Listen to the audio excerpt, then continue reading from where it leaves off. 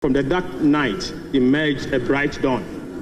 A new parliament under the Speaker, who is not from the ruling party, the first of its kind in Ghana's history.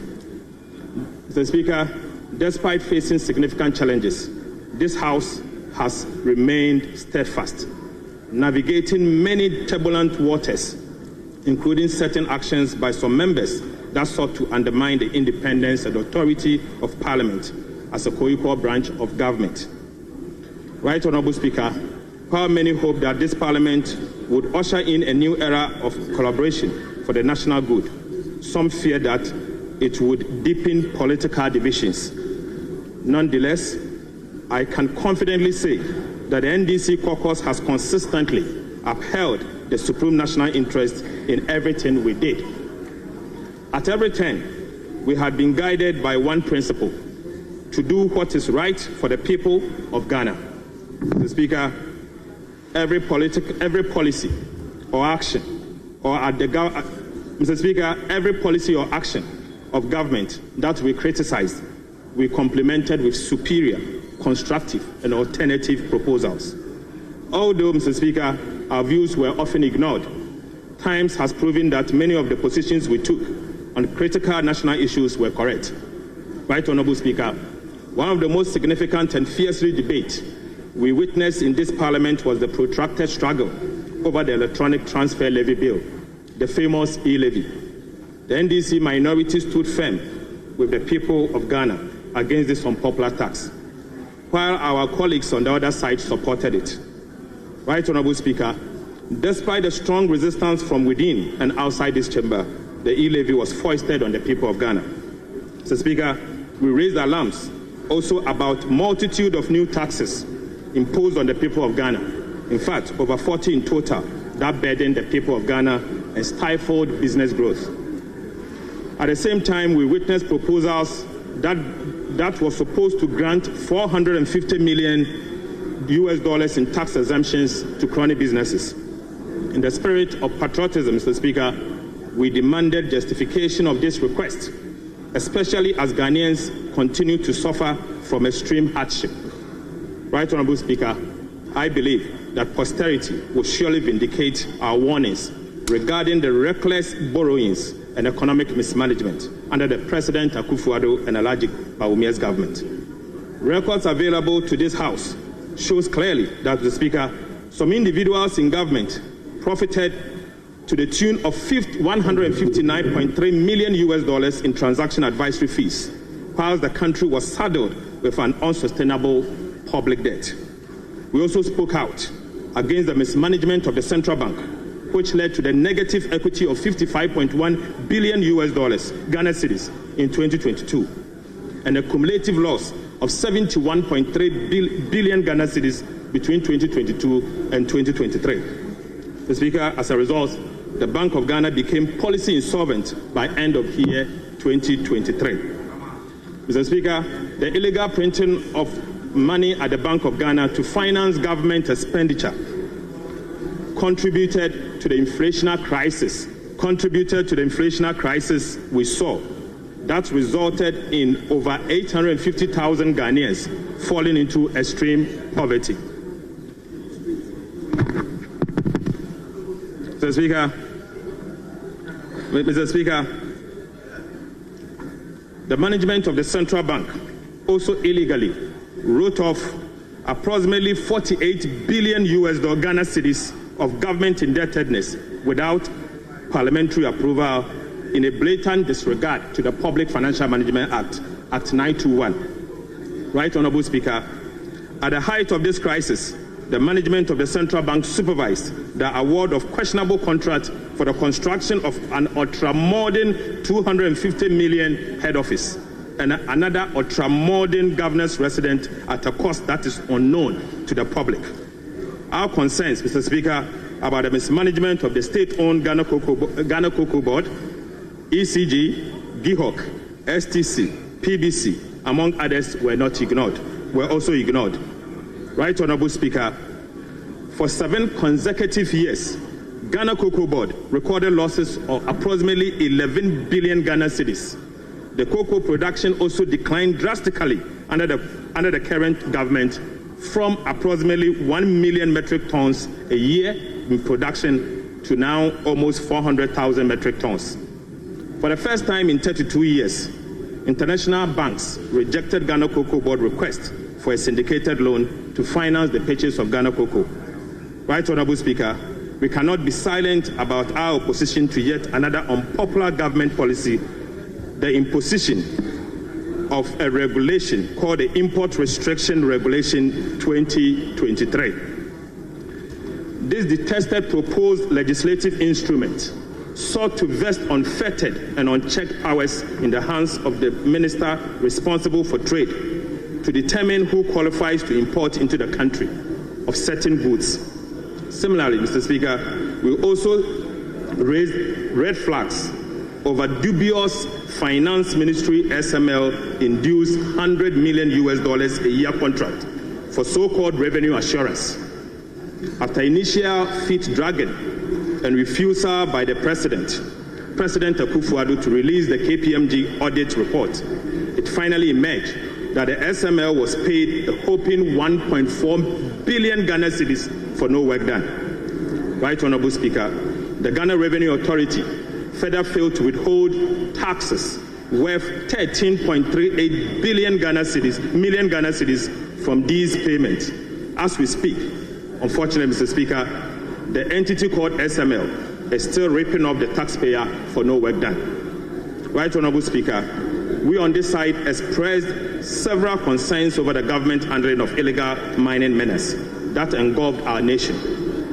We are also on record to have cautioned that its pretentious fight against this existential threat to our collective survival will soon have dire consequences on us. Amid this facade of the fight, right, Honorable Speaker, high-ranking government officials, NPP functionaries were accused by the then Cabinet Minister, Professor Frimpong Boateng, of promoting and engaging in illegal mining. Mr. Speaker, Galamsey later became a free-for-all enterprise involving MMDCs and other party functionaries. The records will bear us out that we on this side call for an honest, responsive approach to this menace, found on strict application to the law, no matter whose ox is God. Right, Honorable Speaker, again, our concerns were ignored. The scale of corruption and waste during this period has been staggering, alarming, and heart-wrenching. Mr. Speaker, the more we on this side spoke out, the more corruption and wastage festered. Promoting this as a result prompted the Catholic Bishop Conference to decry and describe the situation as a massive, uncontrolled corruption under this administration. Mr. Speaker, scandals became a daily occurrence as we were treated to blatant abuse of office and plundered the public funds. Right, Honorable Speaker, we also saw a misuse of COVID-19 funds. The malfeasance that characterized the 13th African Games, the 500 million Ghana cedis National Service Ghost Names scandal. We saw the brazen attempt to shell out state hotels to a cabinet minister, and free-for-all grabbing of state lands are, Mr. Speaker, but very few that we need to mention. Right, Honorable Speaker, we also had to contend with the erosion of the independence of critical state institutions. Many of these institutions were filled with partisan elements who undermined due process to please the regime in power. Mr. Speaker, journalists who exposed corruptions were subjected to brutal crackdown and dissenting voices and were silenced. Right, Honorable Speaker, the silence, the insistence of the Electoral Commission of Ghana to adopt the Ghana card as the sole document of the registration for the registration of voters, even though millions of Ghanaians were yet to be issued their Ghana cards by the National Identification Authority, cannot escape mention. After eventual yielding to the resistance from the gallant NDC Minority Caucus, the Electoral Commission decided to conduct voter registration exercise solely at its district offices instead of the designated polling stations. But for our voices, Mr. Speaker, that were heard loud on these matters, the Electoral Commission would have succeeded in denying millions of Ghanaians their right to register and vote. The Electoral Commission was once again forced to beat a retreat on its popular decision to outlaw the use of indelible ink during the 2024 general elections. In all of these instances, our vigilance, insistence, and accountability saved Ghana's democracy. Right Honorable Speaker, the past 8 years have been tough for all of us, a lesson on how not to govern a country, and in fact, a lesson on how not to run an economy. In the end, the crushing defeat the NPP suffered in the just ended elections is a clear message from Ghanaians that they will not tolerate any such level of poor governance and mismanagement. Mr. Speaker, it is deeply concerning that those who oversaw such disastrous performance in government would have the audacity to adorn themselves with accolades to the chagrin of the people of Ghana. Right Honorable Speaker, I was surprised to see some of them being awarded with highest state honors. Right Honorable Speaker, at a personal level, I have had to pay a heavy price for my stance against the government mismanagement. Mr. Speaker, my recent prosecution, or call it persecution, by the Attorney General over frivolous and trumped-up charges was calculated to silence, intimidate, and completely extinguish a known dissenting voice. Right Honorable Speaker, my crime, Mr. Speaker, was that I sounded alarm bells on an economy that was being mismanaged and ruined by an act and omissions of a select few in government. The fact that my prosecution began in the wake of the tussle over e-levy should not be lost on anyone, that I became an instant target for the regime. Mr. Speaker, I was charged on the Christmas Eve, a few days after the rejection of the e-levy and the 2022 budget. Right Honorable Speaker, from that point, the Attorney General and the Minister responsible for Justice, Godfred Yabu-Adame, in whom the prosecutorial powers of the state is vested, was determined to deploy all crude tactics, including the use of subterfuge, to achieve his ends of malicious prosecution just to satisfy the regime. Mr. Speaker, the whole world witnessed how a supposed Minister of Justice set out to coach, cajole, and coerce another accused person standing trial together with me to falsify his testimony and skew it in such a manner as to enable him to procure a conviction at all costs against an innocent person. In the process, Mr. Speaker, Godfred Yabu-Adame, who is the principal legal officer of state, engaged in crimes such as witness tampering, conspiracy against accused person, fabrication of evidence to pervert the course of justice, and professional misconduct, contrary to the ethics of the very legal profession he heads. I believe this has been the story for many Ghanaians during this period. Right Honorable Speaker, never in the history of our nation have we witnessed this level of gross professional misconduct on the part of no less a person than the Attorney General and the Minister responsible for Justice, who is the leader of the bar and bears a high responsibility to adhere to the rules of ethics of the legal profession. Mr. Speaker, I'm not against prosecution of wrongdoing. Whilst our democracy is founded on the rule of law and holding public officers accountable, I pray that never again should any of our citizens become a victim of this level of injustice and abuse of prosecutorial powers that I was subjected to. Right Honorable Speaker, despite the painful experience, I count it as part of the hazards of politics and service to the people of Ghana. Mr. Speaker,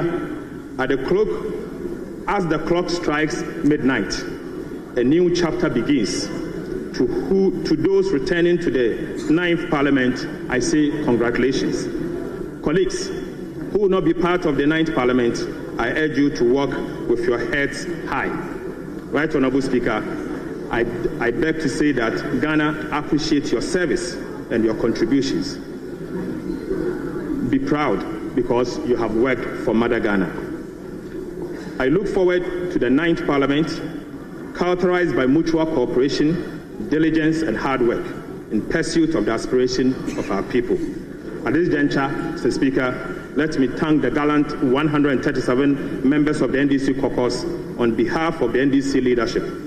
Special thanks goes to Honorable Emmanuel Amakofibua, the Deputy Minority Leader, Honorable Govins Kwame Abuja, the Minority Chief Whip, Honorable Ahmed Ibrahim, the First Deputy Whip, Honorable Comfort Doyo, the Second Deputy Whip, chairpersons and ranking members from the NDC caucus, the Speaker, the backbench of the NDC Minority Caucus. And let me also thank the Honorable Collins Dauda, the one who has contested every single election since 1992, for his hard work and dedication to democracy. Mr. Speaker, colleagues, aside our disagreement, there were moments of cooperation across the aisle. I want to use this opportunity to thank all members of the 8th Parliament.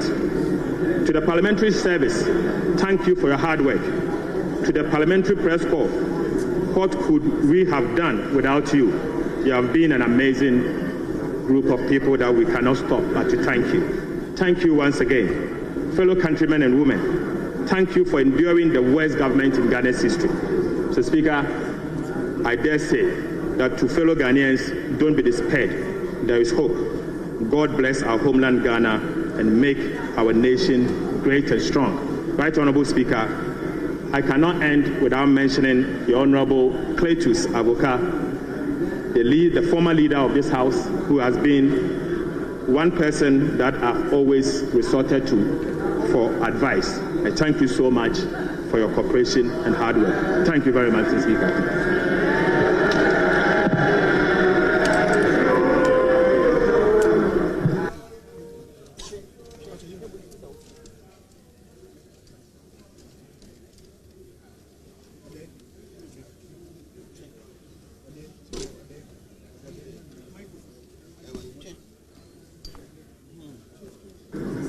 Honorable members, it's now the turn of the Majority Leader and the Leader of the House.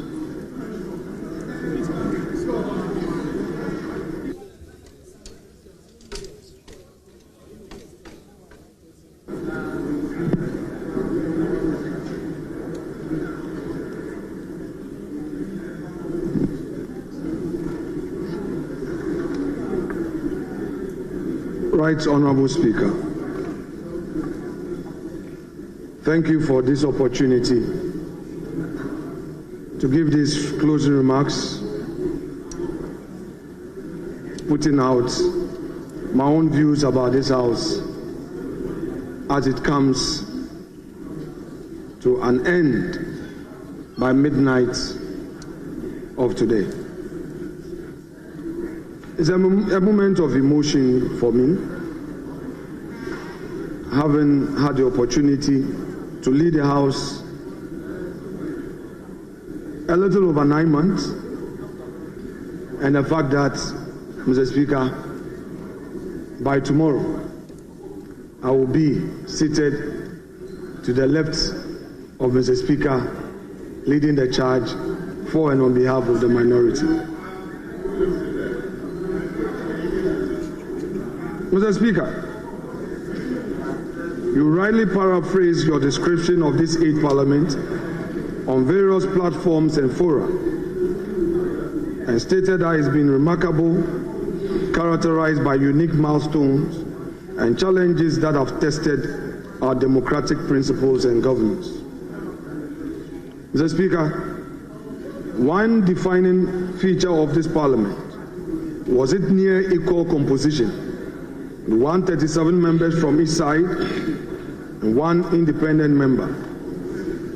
Notably, this Parliament elected the Speaker of the House from a party of the opposition, something which was and still continues to be novel development to our democracy. We also had an equal number of female representation from both sides of the aisle, 20 female members apiece, bringing female representation to 40 that account for 14.5%, the highest female representation in Parliament ever recorded in our Fourth Republic. This Parliament, at both sides of the House, has had the course to change their leadership in order to give opportunity to some members to serve in the front bench. It is therefore right to conclude that the 8th Parliament truly pushed our parliamentary democracy to its limits and tested how far we can go with our practice of parliamentary democracy. Mr. Speaker, I rose from deputy leader to majority leader. In my days as a deputy leader in this House, I received a lot of good counsel, not only from our side, but from my friends opposite. I remember the quiet moments where they would call me to their office and engage me in spite of our disagreements in this House. Mr. Speaker, permit me to mention a few of them and thank them for the purpose of Hansard. Honorable Harun Edrisu, Honorable Rashid Pelpo, Honorable Kletos Avoka, my respected senior Adaba and brother, Honorable Ahiafo. Mr. Speaker, I also received good counsel from many of my own side. The first Deputy Speaker, Honorable Joe Osewusu, the second Deputy Speaker, was also very handy for us to discuss issues about governance in the chamber. But Mr. Speaker, not the least is the man I succeeded. For the purpose of Hansard once again, Mr. Speaker, this is a man who took it upon himself to get me to pay attention to parliamentary business. I always remember with nostalgia his first official travel with me all the way to Hanoi, Vietnam. In his hand was his standing orders and the Constitution. He urged upon me to always read the standing orders and encouraged me to aspire for the leadership of the House. I am happy to say that in my days as his deputy, although he is not a lawyer, he was well versed with the standing orders and the Constitution. Before I could say a word, he knows where a particular provision is. And we worked together, gave me the opportunities to shine, and eventually made way for me to succeed. Honorable Oseiche Mensah Bonsu, I thank you most sincerely. You defined my leadership. You played a key role.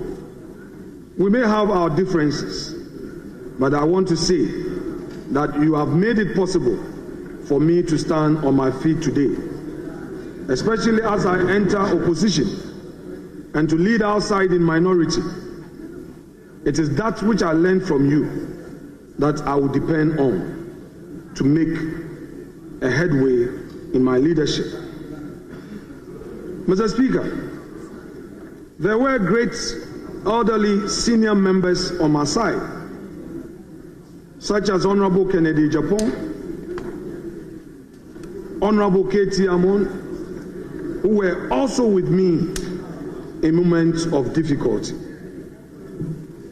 I should thank also, Mr. Speaker, my colleagues in leadership. Honorable Arnold Dompre, the Chief Whip, a workaholic being. Mr. Speaker, there were a number of times he had to sleep in Parliament to organize and make things work for me to take over as a leader. He and his deputies worked tirelessly in assisting me to manage a very difficult House. Honorable Dompre, Honorable Habib Idrisu, Honorable Alexander Tete, I say God bless you. I'm thankful to you for all you did. And my able deputy, She was more than a mother to me, to calm me in difficult moments. Her wise counsel has made it possible for me to lead the house till this day. We are both Catholics. She never ceased to remind me of the power of our rosary as Catholics. The morning prayers, the morning encouragements, calling me, Kwamena, let's pray. Madam Patricia Apieje, God bless you for all you did. And to my colleagues opposite, you made the best come out of me. I was always watching the videos of Honorable Eriko Poku. This is a man who can punch extremely hard with facts. You dare not challenge him, and I dare not challenge him, because he will take you to another level.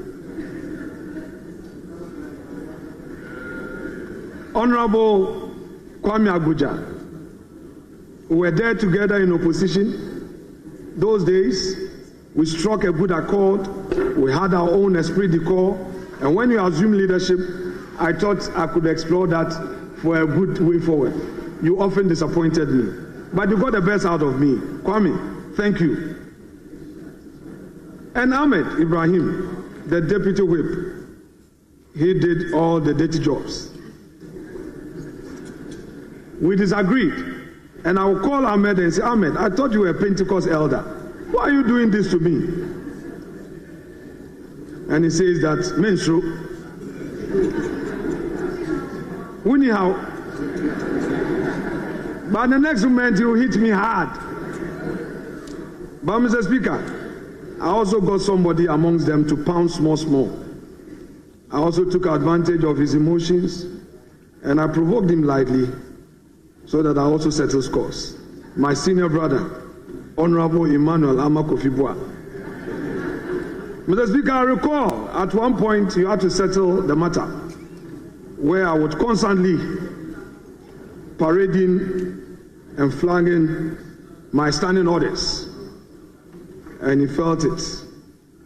At the end of the day, that was the beauty of democracy. And Ato, my brother, no more Ato. Mr. Speaker, Ato will talk to you nicely. Have a good conversation. By 5 o'clock, he will call you and tell you, Kwamena, no deal. The political committee says we can't support you. Mr. Speaker, many did not understand why I was combative on a number of occasions. There were those who didn't know how the heat was on me and were saying that you are majority leader, reach out. Mr. Speaker, the minority were such a tough, stubborn, difficult side.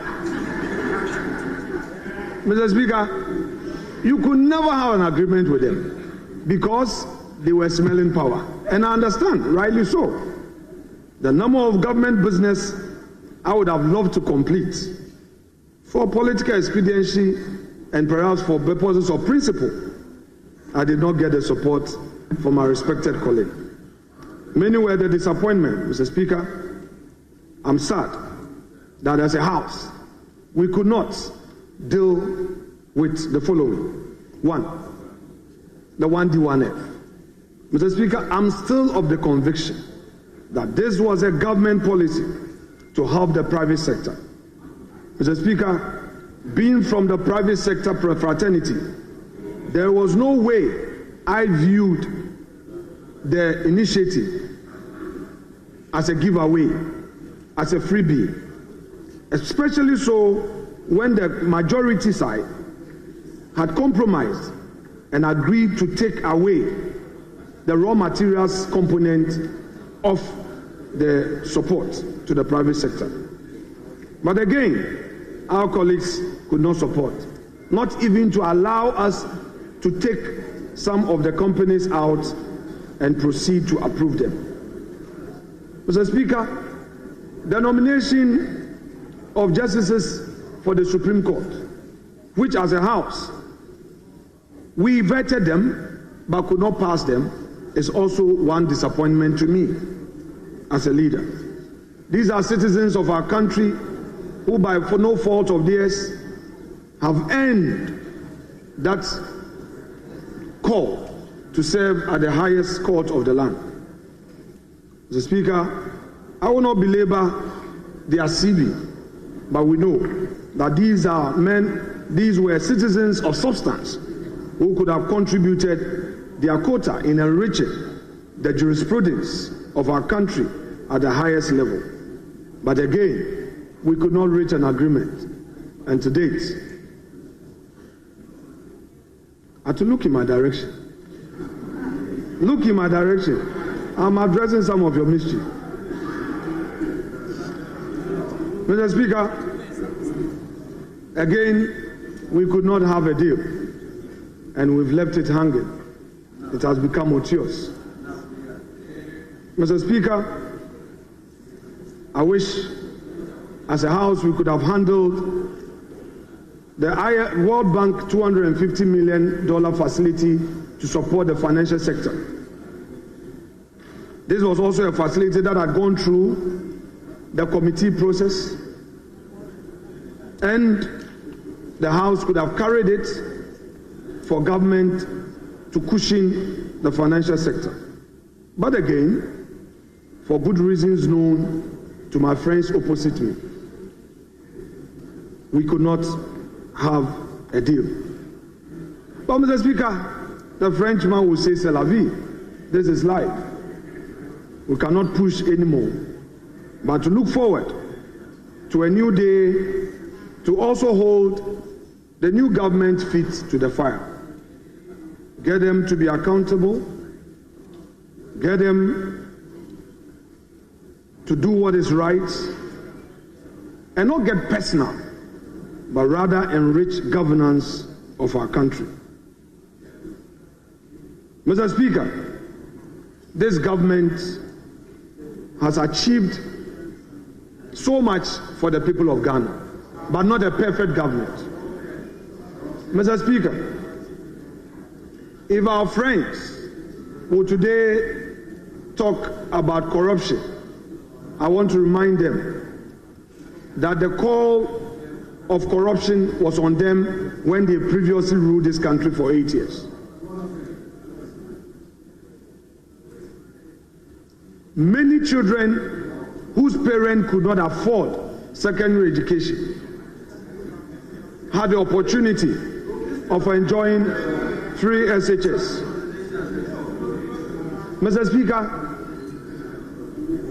today, Ghanaians, 5.7 million of them, have benefited from free SHS.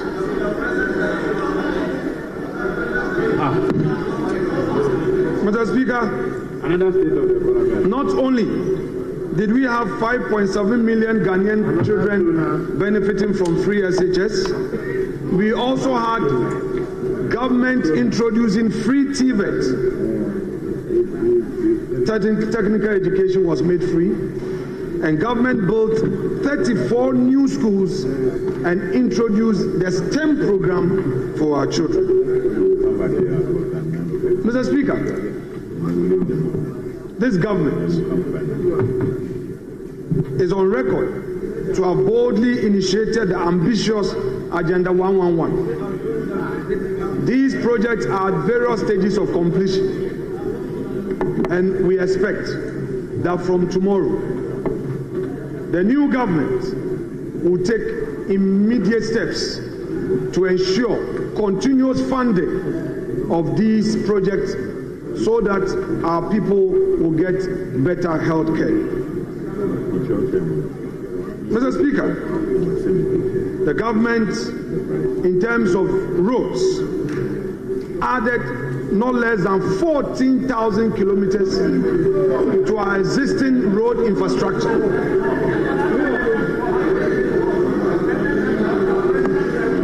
And, Mr. Speaker, we expect that this new government, which takes office tomorrow, would be minded of these high achievements and even do better. Mr. Speaker, we have been told that in the area of energy, there were some corruption in certain areas. But Mr. Speaker, I beg to say that we kept the lights on, and this government ensured that electricity for households and industry was on. Minimal challenges in terms of light off, as compared to what our friends left for us in 2017. Mr. Speaker, in the just ended election, the President, the Vice President ensured that they put together a team. You are out of order.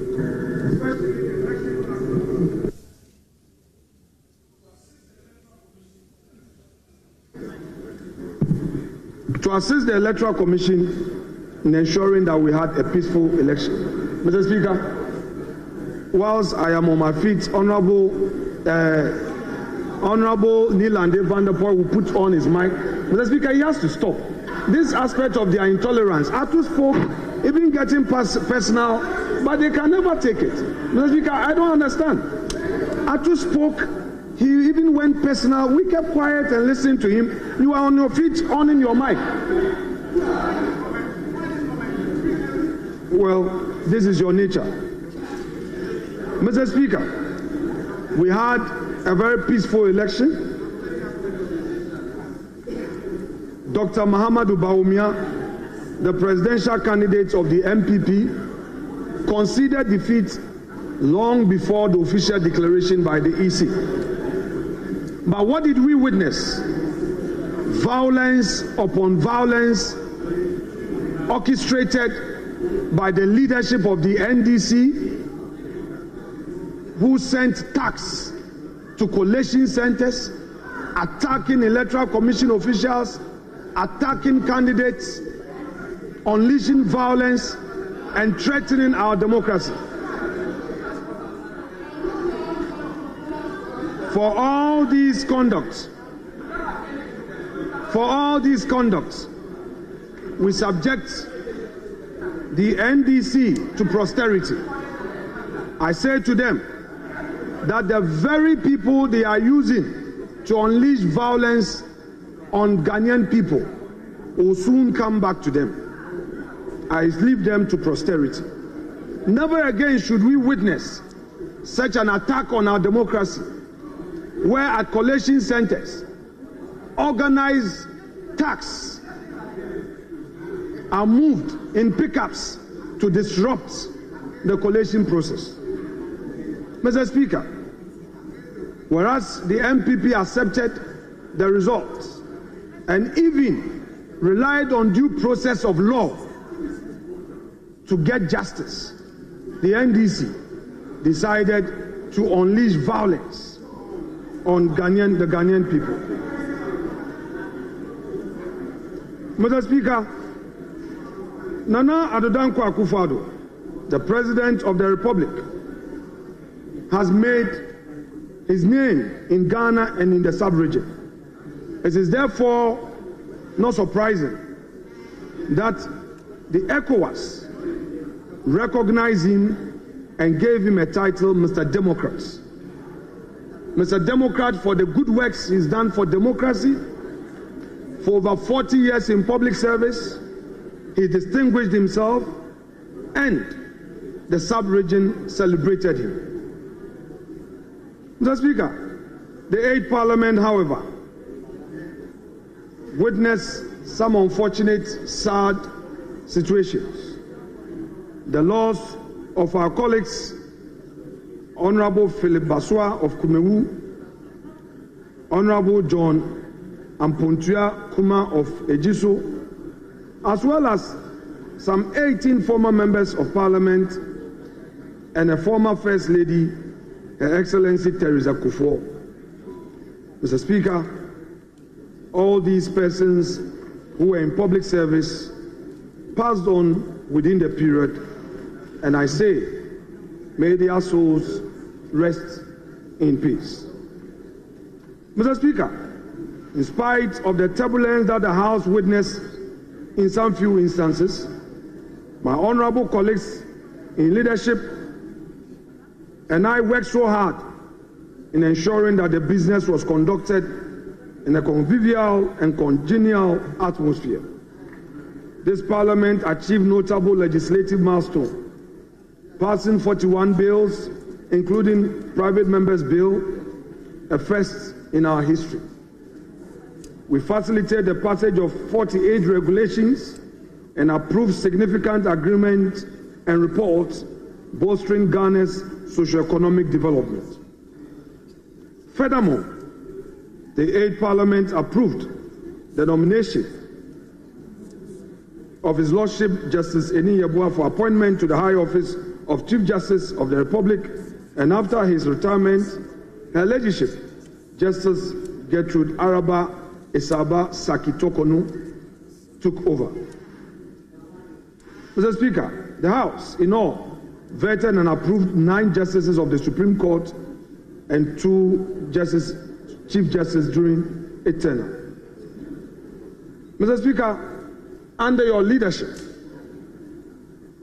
you initiated the Visitors Program and the Citizens Bureau, and this strengthened public engagement and participatory democracy. Parliament also celebrated the 30th anniversary of parliamentary democracy and hosted international conferences such as the 66th Commonwealth Parliamentary Conference and ECOWAS parliamentary sessions, which took place in my constituency, Efutu. These events reinforce Ghana's commitment to democratic principles and regional cooperation. This is an outstanding achievement in the quest to enhance our democratic governance. Mr. Speaker, in spite of all these great achievements strengthening the pillars of Parliament, we in the majority have some few challenges in the manner you handle the House. There were times that we felt you were partisan, and there were times that we felt you could prevail on our colleagues better in cooperating with us. There were times that we felt we were let down. But Mr. Speaker, as you always say, you cannot do it perfect and cannot get it perfect. You did the best as you could. It's our prayer, Mr. Speaker, that as we've been notified of you presiding over the 9th Parliament and well placed in the east of this august House, we pray that the space you gave to the minority to allow the opposition to vent out its concerns, we will have say as you preside. We have no doubt on our mind that you will do that for us. Mr. Speaker,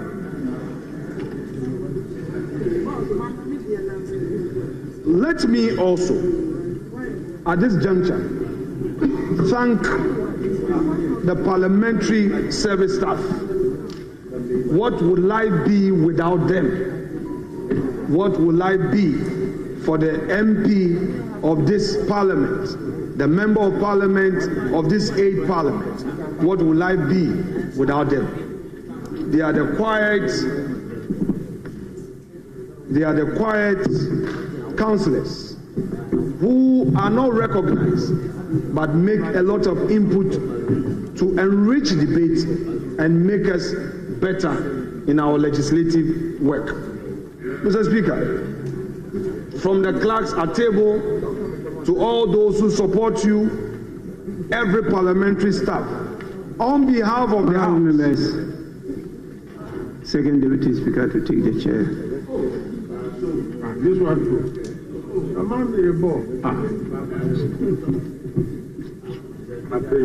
Afenyo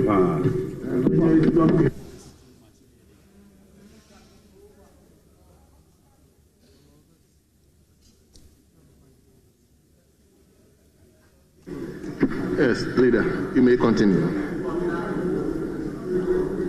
On behalf of my colleagues of this august house, I say a big thank you for your service and all you've done to help us become better than we think of ourselves. Mr. Speaker,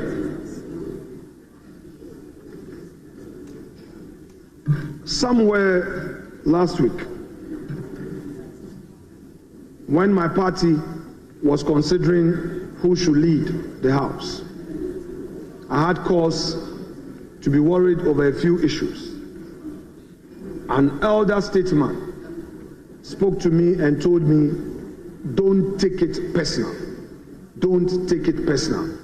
This is politics. I therefore would want to respond to my respected colleague, Dr. Ato Forson,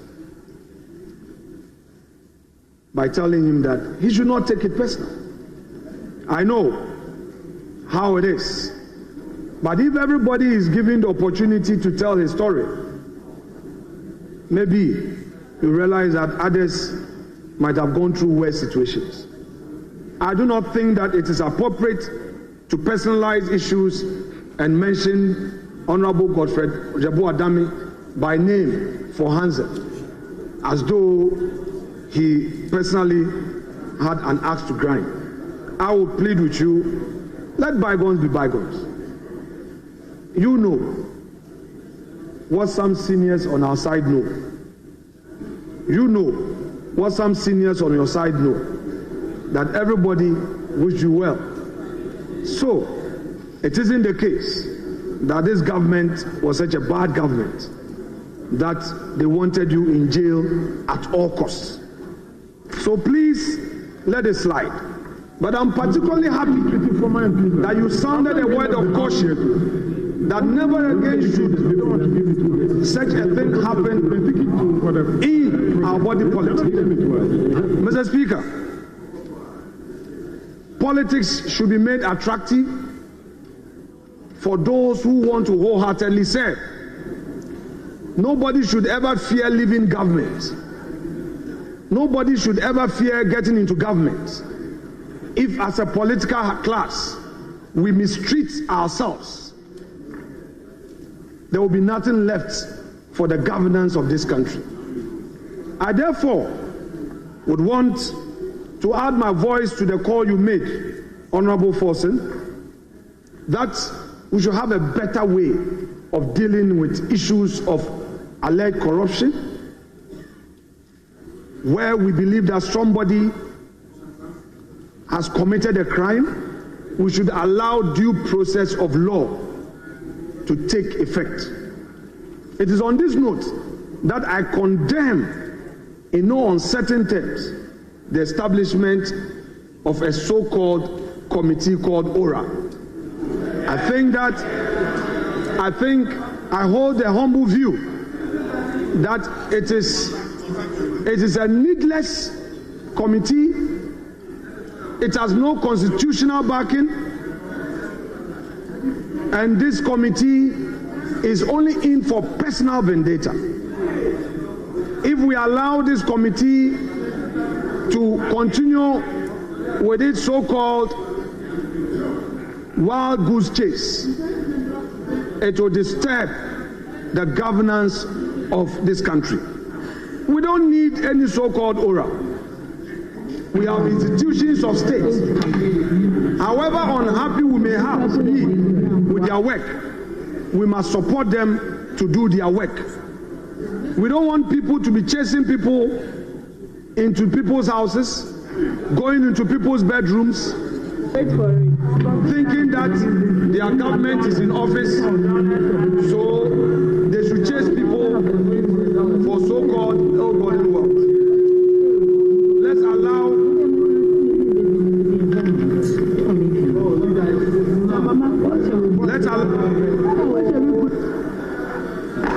Mr. Speaker, they should expect more from tomorrow. This is what, you can't take it. Ato spoke. Then you've been putting up my mic, disrupting me. I will speak. Yes, it will be longer than this. Mr. Speaker, Ghana has come of age, and I expect my friends in the NDC to know that it is not a populist agenda that makes a nation strong. It is due process of law that makes a nation strong. I regret that members of this hallowed chamber are advocates of this illegal, unconstitutional, so-called body called ORA. Mr. Speaker, let me remind my colleagues that the incoming minority caucus has a mantra, and I will disclose the mantra to them: touch one, touch all. We are not going to allow you to use unconstitutional means to shut us up, to frustrate people, to chase people into their homes. We will stand firm and collective in ensuring that we stop any injustice. Let us allow the laws of the country to work. Mr. Speaker, in 1996, the elections delivered 133 seats for the NDC and only 61 for the MPP. That was a minority of conscience, however many its minority was. Yes, leader. Hold on. Yes.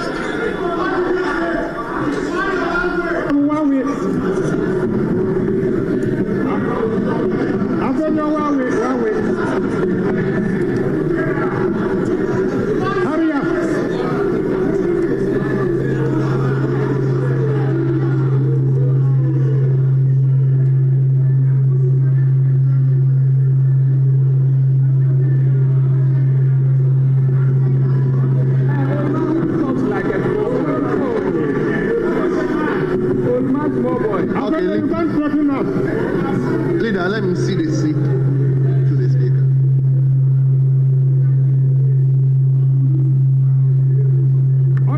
Honorable Wawe. Honorable Wawe.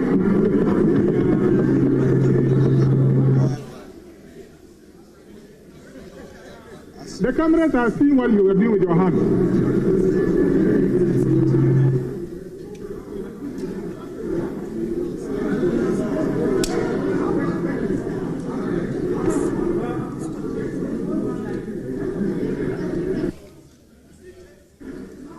Mr. Speaker, thank you and welcome back. Mr. Speaker, the MPP incoming minority will not allow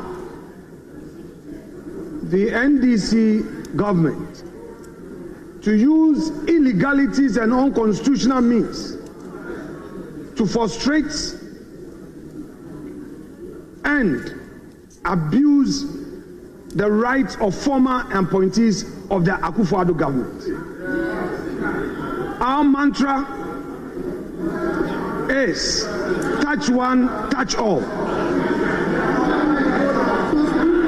We will encourage the NDC majority to be guided by its promise to the people of Ghana and rather use its limited time in office, the 4 years, to bring development rather than chasing political opponents. The people of Ghana are expecting the e-levy to be abolished. The people of Ghana are expecting that cocoa prices for the farmer will be increased without delay. The Ghanaian people are expecting that taxes at our ports will be reduced significantly. The people of Ghana expect that only 60 ministers will get appointed into this new government, and the 60 ministers Mr. Speaker, these are the breakdown. All 16 regions will have one. So if you have 16, you take 16 out, you are left with 44. Of the 44,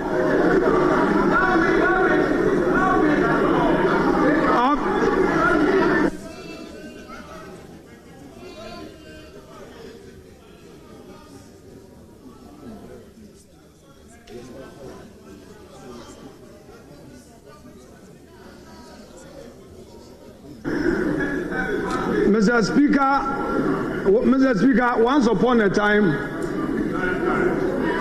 ASK Bagbin, as he then was, as minority leader at this very dispatch box, said soon and very soon, the MPP will soon see him and know him when he was seconding the motion for Alajete's consideration as Speaker. You haven't seen anything yet. You keep quiet and listen. Soon and very soon, you will see the true politics here. So you relax. But you would hear me. We heard Ato. You will hear me. Mr. Speaker, now if you take away 16 ministers from the 60, the regional minister, you are left with 44. Obiniyem. The 44 left. You can only take about 25 from Parliament. 25 from Parliament. 25 out of the 180 something. Mr. Speaker, there is going to be redundancy in this House. And very soon, Mr. Speaker, the majority leader would experience the moment that, Mr. Speaker, you refer to as majority leader. Look behind you, your back is empty. Very soon, your members who will become redundant will not come into this chamber. And there you will see that the minority that you think we are mini minority will become the majority. Mr. Speaker, I am not a prophet, neither am I a seer. But this thing I can foresee that is going to happen. Mr. Speaker, even the MPs who will not get positions, there are other non-MPs who are looking for board appointments. So you won't even get board appointments. You won't get it. You are going to be more redundant. Now, your foot soldiers will be coming to you for employment. They will be coming to you for support. Honorable Majority Leader, Mr. Speaker, we are talking about the 8th Parliament. Mr. Speaker, Closing remarks of the 8th Parliament. Mr. Speaker, Ato Forson. We are talking about. Mr. Speaker, I told Ato that today is a ceremonial day. I prepared a beautiful ceremonial speech, and I told Leader Emeritus that all the time Ato would depart. He took advantage of a ceremonial speech to lambast my government. And you think I should keep quiet? No, you won't get. I'm in the dispatch box. You see, you guys cannot take it. We sat quietly and allow you to punch us. You can't take it. Mr. Speaker has even come to your rescue. I'm not done. I won't finish now. Sit down. Honorable Majority Leader. Mr. Speaker, because of your intervention. Please. Mr. Speaker, because of your intervention. Mr. Speaker is my father. That is why I'm obliging him. Even of all he did for you people, you wanted to stage a coup against him. Some of you didn't want him to come again. Mr. Speaker, it is true. And if they dare me, I'll mention names. Yes. Some of you didn't want Mr. Speaker back. Of all that he did for you to get power, you wanted to remove him. It took the prayers of our side. It took the prayers of our side to get Mr. Speaker back to this house. It took took our prayers to get Mr. Speaker back. Some of you wanted to stage a coup against him. Challenge me. Take a Bible or Quran and use it to defend yourself and let's see. Yes. Mr. Speaker, by the grace of God, you are back. By the grace of God, you are back. It pains some of them. You are back. So, Mr. Speaker,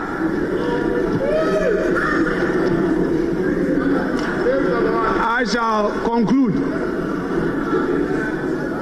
by wishing all of us well.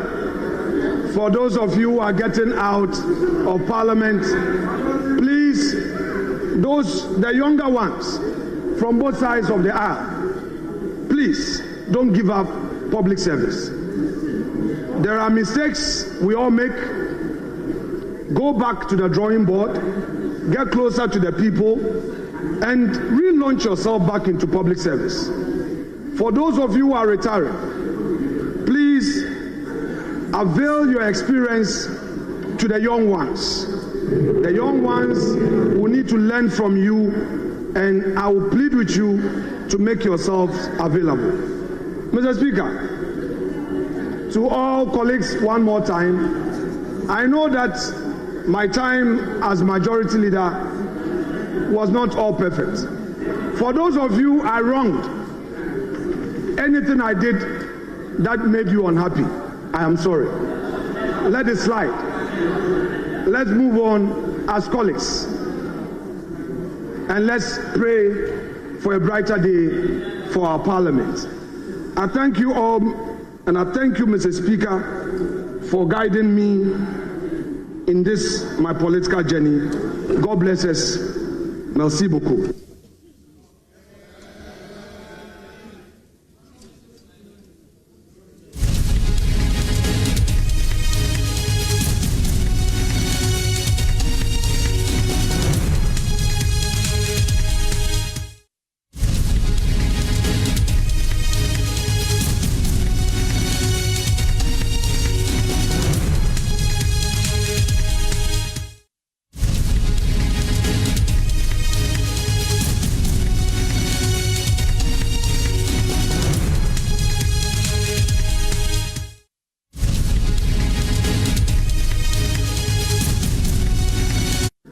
Of Parliament. I come to you in fulfillment of a novel provision in our standing orders. Order 20, Rule 4F, which require me and all future speakers of Parliament to, I quote,